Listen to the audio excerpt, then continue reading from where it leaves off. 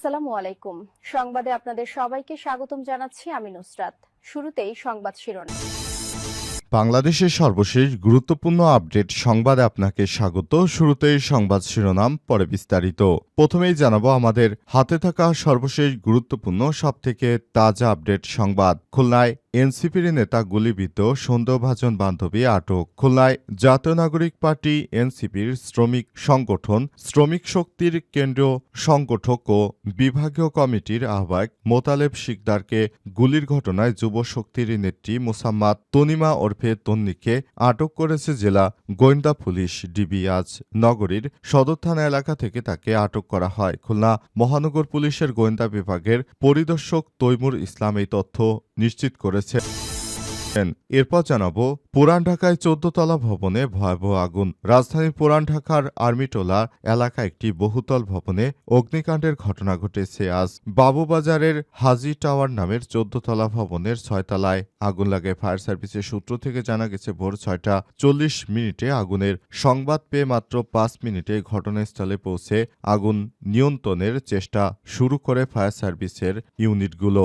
এর মধ্যে সদরঘাট ফায়ার স্টেশনের কয়েকটি, সিদ্দিক বাজারের 5টি, সূত্রাপুর ফায়ার স্টেশনের কয়েকটি ফায়ার সার্ভিসের ইউনিট আগুন নিয়ন্ত্রণে অংশগ্রহণ করে। এদিকে নির্ধারিত সময় জাতীয় নির্বাচন, মার্কিন বিশেষ রাষ্ট্রদূতকে বললেন প্রধান উপদেষ্টা। ত্রয়োদশ জাতীয় সংসদ নির্বাচন নির্ধারিত সময়ের মধ্যে অনুষ্ঠিত হওয়ার ব্যাপারে প্রধান উপদেষ্টা অধ্যাপক ড ইউনূস অঙ্গীকার পুনর্ব্যক্ত করে বলেছেন, দেশের মানুষ তাদের ভোটাধিকার প্রয়োগের জন্য অধীর আগ্রহে অপেক্ষা করছে, যা স্বৈরাচারী শাসনামলে কেড়ে নেওয়া হয়েছিল। এবারে জানাবো, কিশোরগঞ্জে যৌথ বাহিনীর অভিযানে একটি বিদেশি পিস্তল 2 রাউন্ড গুলি উদ্ধার। কিশোরগঞ্জে পুলিশ ও সেনাবাহিনীর যৌথ অভিযানে পরিত্যক্ত অবস্থায় পলিথিনে মোড়ানো ব্যাগ থেকে একটি বিদেশি পিস্তল 2 রাউন্ড গুলি উদ্ধার করা হয়েছে আজ। শহরের আজিমউদ্দিন স্কুলের পাশে একটি গাছের গোড়া থেকে পরিত্যক্ত অবস্থায় ওই অস্ত্র ও গুলিগুলো উদ্ধার করে পুলিশের সদস্যরা। এবং সর্বশেষ জানাবো, নির্বাচন বানচালে কুমিল্লা সীমান্ত দিয়ে ঢুকছে অস্ত্র। বৈষম্যবিরোধী ছাত্র আন্দোলন চলাকালে গত বছরের 5ই আগস্ট কুমিল্লার বিভিন্ন থানা থেকে 60টি অস্ত্র লুট হয়েছে। সেগুলো এখনও উদ্ধার করতে পারেনি পুলিশের সদস্যরা। বিষয়টি জনসাধারণের মধ্যে চাপা আতঙ্ক বিরাজ করছে। এরই মধ্যে আসন্ন ত্রয়োদশ সংসদ নির্বাচন বানচালের উদ্দেশ্যে এই জেলার ভারত সীমান্ত দিয়ে অগ্নেয়াস্ত্র ঢুকছে বলে জানা গেছে। ইতিমধ্যে মাদকবিরোধী অভিযানে সীমান্ত এলাকা থেকে নেশাজাতীয় দ্রব্যের সঙ্গে কয়েকটি প্রাণঘাতী বিদেশি অস্ত্র উদ্ধার করা হয়েছে। এতে জনমনে ভীতি ছড়িয়ে পড়েছে। প্রিয় দর্শক, এতক্ষণ শুনছিলেন সংবাদ শিরোনাম, এবারে বিস্তারিত। তবে তার আগে বন্ধুরা, অনুরোধ থাকবে এই সংবাদটিতে একটি লাইক দিন। এই চ্যানেলে আপনি নতুন হয়ে থাকলে আমাদের সংবাদটি দেখতে দেখতে চ্যানেলটি সাবস্ক্রাইব করে রাখুন। কমেন্ট করে বন্ধুরা আপনার মূল্যবান মতামত জানিয়ে দিন আপনি বিশ্বের কোন দেশ থেকে বা বাংলাদেশের কোন স্থান থেকে আমাদের সংবাদটি দেখছেন এবং শুনছেন। আর বন্ধুরা, সংবাদটি আপনার সোশ্যাল মিডিয়া ফেসবুকে শেয়ার করে বন্ধুদেরও দেখার সুযোগ করে দিন। গাজা যুদ্ধে আপনি যদি নিরীহ ফিলিস্তিনিদের ভালোবেসে থাকেন, কমেন্টে ইয়েস লিখে বিশ্ববাসীকে জানিয়ে দিন। এবারে বিস্তারিত। খুলনায় এনসিপির নেতা গুলিবিদ্ধ, সন্দেহভাজন বান্ধবী গ্রেপ্তার। খুলনায় জাতীয় নাগরিক পার্টি এনসিপির শ্রমিক সংগঠন শ্রমিক শক্তির কেন্দ্রীয় সংগঠক ও বিভাগীয় কমিটির আহ্বায়ক মোতালেব শিকদারকে গুলির ঘটনায় যুবশক্তির নেত্রী মোসাম্মাদ তনিমা ওরফে তন্নিকে আটক করেছে জেলা গোয়েন্দা পুলিশ ডিবি। সোমবার 22 ডিসেম্বর রাতে নগরীর সদর থানা এলাকা থেকে তাকে আটক করা হয়। খুলনা মহানগর পুলিশের গোয়েন্দা বিভাগের পরিদর্শক তৈমুর ইসলাম এই তথ্য নিশ্চিত করেছেন। এর আগে আজ 11টার দিকে খুলনা নগরীর গাজী মেডিকেল কলেজ হাসপাতালের পাশে আল আকসা মসজিদ সড়কের মুক্তা হাউজে গুলিবিদ্ধ হন মোতালেব। গত 1 নভেম্বর মুক্তা হাউজের একটি কক্ষ ভাড়া নেন তনিমা ওরফে তন্নি। ওই কক্ষেই গুলির ঘটনা ঘটে। খুলনা মহানগর পুলিশের উপপরিদর্শক দক্ষিণ তাজুল ইসলাম জানান, রোববার রাত থেকে ওই কক্ষে অবস্থান করছিলেন মোতালেব শিকদার। সকাল 11টার আগে গুলিবিদ্ধ হওয়ার পর তিনি বাড়ি থেকে বের হন। পরিচিত ব্যক্তিদের দ্বারাই তিনি গুলিবিদ্ধ হন বলে ধারণা করা হচ্ছে এবং এই গুলিবিদ্ধর ঘটনার পর থেকেই নানাজন নানা কথা বলছিল। তবে অবশেষে যাকে সন্দেহ করা হয়েছে ওই এনসিপি নেত্রী, তাকেই আটক করা হয়েছে এবং তার ব্যাপারটি নিয়ে কাজ করা হচ্ছে। এই ঘটনার পর পুরো পরিস্থিতি এখন থমথমে অবস্থা বিরাজ করছে। দেশের অভ্যন্তরে এই ধরনের অনাকাঙ্ক্ষিত ঘটনা বাংলাদেশের জন্য অনেক বড় একটি দুঃখের সংবাদ এই মুহূর্তে। পুরান ঢাকায় ১৪ তলা ভবনে আগুন। রাজধানীর পুরান ঢাকার আরবিটোলা এলাকায় একটি বহুতল ভবনে অগ্নিকাণ্ডের ঘটনা ঘটেছে মঙ্গলবার ২৩শে ডিসেম্বর ভোরে বাবুবাজারের হাজী টাওয়ার নামের ১৪ তলা ভবনের ৬ তলায় আগুন লাগে ফায়ার সার্ভিস সূত্র থেকে জানা গেছে ভোর ৬টা ৪০ মিনিটে আগুনের সংবাদ পেয়ে মাত্র ৫ মিনিটের মধ্যেই ঘটনাস্থলে পৌঁছায় তাদের ইউনিটগুলো। আগুন নিয়ন্ত্রণে কাজ করে মোট ৯টি ইউনিটের মধ্যে সদরঘাট ফায়ার স্টেশনে ২টি, সিদ্দিক বাজারের ৫টি এবং সূত্রাপুর ফায়ার স্টেশনে ২টি ইউনিট আগুন নেভাতে অংশগ্রহণ করে। পরে ৭টা ২০ মিনিটের দিকে আগুন নিয়ন্ত্রণে আসে। তাৎক্ষণিকভাবে আগুন লাগার কারণ এবং ক্ষয়ক্ষতির পরিমাণ জানা যায়নি। এই ঘটনায় ফায়ার সার্ভিসের তরফ থেকে এখনও হতাহতের কোনো তথ্য পাওয়া যায়নি। এই ঘটনা এমন একটি সময় ঘটল যখন রাজধানী ঢাকায় প্রায় মাঝে মাঝেই বিশৃঙ্খল পরিস্থিতি দেখা যাচ্ছে। সারা বাংলাদেশে নতুন করে সব বিশৃঙ্খল পরিস্থিতির মধ্যে বাংলাদেশ পড়েছে এবং নতুন বাংলাদেশ গড়ে তোলার জন্য কাজ করা হচ্ছে, কিন্তু নানাভাবে সমস্যার সম্মুখীন হচ্ছে সরকার। এসব সমস্যা থেকে সবাইকে আরও বেশি সতর্ক থাকতে হবে এবং নতুন বাংলাদেশ গড়ে তোলার জন্য সবাইকে আরও বেশি সতর্ক থাকতে হবে। পুরো বাংলাদেশের সমস্ত সিস্টেমগুলোকে দেখতে হবে এবং নতুন বাংলাদেশ গড়ে তোলার ব্যাপারটি সবাইকে নিয়ে একসঙ্গে কাজ করতে হবে, যাতে করে দেশের অভ্যন্তরে আর কোনো ধরনের বিশৃঙ্খল পরিস্থিতি না হয় সেই ব্যাপারটি আমাদের দেখতে হবে।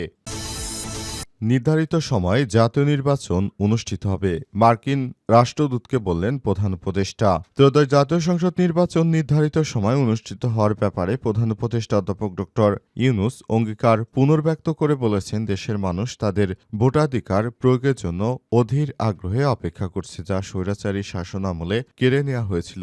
সোমবার ২২শে ডিসেম্বর বাংলাদেশ সময় সন্ধ্যা ৭:৩০টার দিকে দক্ষিণ ও মধ্য এশিয়া বিষয়ক যুক্তরাষ্ট্রের বিশেষ দূত সার্জিও গোরের সঙ্গে এক টেলিফোন আলাপে প্রধান উপদেষ্টা সব তথ্য নিশ্চিত করেছেন। ফোন আলাপে ড ইউনূস বলেছেন, নির্বাচনে আর প্রায় ৫০ দিন বাকি।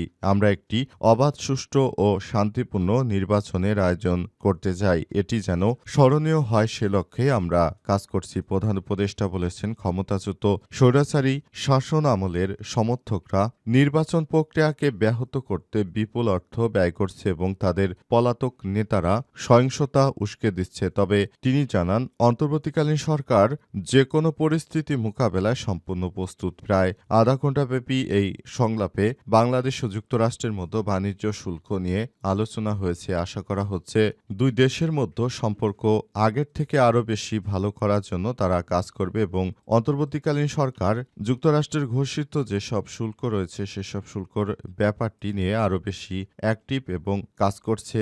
তারা বলছে এসব শুল্ক থেকে দেশকে রক্ষা করা যায় সেসব ব্যাপার নিয়ে দুই দেশের মধ্যে আলাপ আলোচনা হচ্ছে। দেশের প্রতিটি জায়গায় এখন নতুন করে আবার সবকিছুর সমস্যা যে তৈরি হচ্ছিল সেসব বিষয়গুলো দেখা হচ্ছে এবং অন্তর্বর্তীকালীন সরকারের প্রধান উপদেষ্টা প্রফেসর ড মোহাম্মদ ইউনূসের সরকার সে বিষয়গুলোকেই খুবই গুরুত্ব সহকারে দেখছেন এবং তিনি আগামী জাতীয় সংসদ নির্বাচনটা ইতিহাসের সবথেকে ভালো মানের একটি নির্বাচন করার জন্য বলছেন এবং সে অনুযায়ী কাজ করা হচ্ছে। কিশোরগঞ্জে যৌথ বাহিনীর অভিযানে একটি বিদেশি পিস্তল ২ রাউন্ড গুলি উদ্ধার। কিশোরগঞ্জের পুলিশ ও সেনাবাহিনী যৌথ অভিযানে পরিত্যক্ত অবস্থায় পলিথিনে মোড়ানো ব্যাগ থেকে একটি পিস্তল ২ রাউন্ড গুলি উদ্ধার করা হয়েছে আজ ৭টার দিকে শহরের আজিমুদ্দিন স্কুলের পাশে একটি গাছের গোড়া থেকে পরিত্যক্ত অবস্থায় সব অস্ত্র উদ্ধার করা হয়েছে। সারা দেশব্যাপী অপারেশন ডেভিল হান্টের ফেজ 2 চলছে, আর এরই ধারাবাহিকতায় সরকারের পক্ষ থেকে বলা হয়েছে যে সারা বাংলাদেশ থেকে অস্ত্র উদ্ধার করতে হবে। সেজন্য আইন শৃঙ্খলা রক্ষাকারী বাহিনীর সদস্যরা সর্বাত্মক প্রচেষ্টা অব্যাহত রেখেছে। তারা নিশ্চিত করেছে যে এবার জাতীয় সংসদ নির্বাচনের আগে তারা সব রকমের প্রস্তুতি গ্রহণ করেছে এবং সেভাবেই তারা কাজ করছে। এবার জাতীয় সংসদ নির্বাচন হবে ইতিহাসের সবথেকে একটি ভালো মানের নির্বাচন এবং সেই নির্বাচনটা করার জন্য তারা বড় ভূমিকা পালন করছে এবং নতুন বাংলাদেশ গড়ে তোলার জন্য কাজ করছে। কিন্তু নানাভাবে সমস্যার সম্মুখীন হচ্ছে আমাদের প্রশাসনের সদস্যরা। তারা বাংলাদেশের অভ্যন্তরে বিশেষ করে বর্তমান যে রাজনৈতিক দলগুলো রয়েছে তাদের মধ্যে দলীয় কোন্দলের কারণে সবথেকে বেশি সমস্যার সম্মুখীন হচ্ছে। দেখা যাচ্ছে কোথাও কোনো অপারেশন চালাতে গেলে যদি আওয়ামী লীগের লোককে ধরতে যাও এলাকার প্রভাবশালী বিএনপির লোক পুলিশের সদস্যদের বাধা দিচ্ছে, সেক্ষেত্রে পুলিশের সদস্যরা হামলার শিকার হচ্ছে। আবার কোনো কোনো জায়গায় এনসিপির নেতৃত্ববৃন্দ তারা আবার আওয়ামী লীগকে পুনর্বাসনের চেষ্টা করছে। আবার কোনো কোনো জায়গায় আওয়ামী লীগ এখনো বেশ সক্রিয় থাকার কারণে সেসব জায়গায় গিয়েও নানাভাবে বাধার সম্মুখীন হচ্ছে পুলিশের সদস্যরা। তাই তারা সর্বাত্মক প্রচেষ্টা চালিয়ে যাচ্ছে কিভাবে আরও ভালো একটি পরিবেশ তৈরি করা যায়। এজন্য বাংলাদেশের যারা সাধারণ নাগরিক রয়েছে তাদেরকে আরও বেশি সতর্ক থাকতে হবে বলা হচ্ছে, যে বা যারা এই ধরনের সন্ত্রাসী চক্রের সঙ্গে জড়িত তাদের ধরিয়ে দেওয়ার ব্যাপারে প্রশাসনকে সব রকমের সহযোগিতার জন্য বলা হয়েছে। তাই সবাইকে নিজের দেশ বাঁচাতে হবে এবং সেজন্য যারা দুষ্কৃতকারী রয়েছে তাদের ব্যাপারে সবাইকে আরও বেশি সতর্কতামূলক ব্যবস্থা গ্রহণ করতে হবে।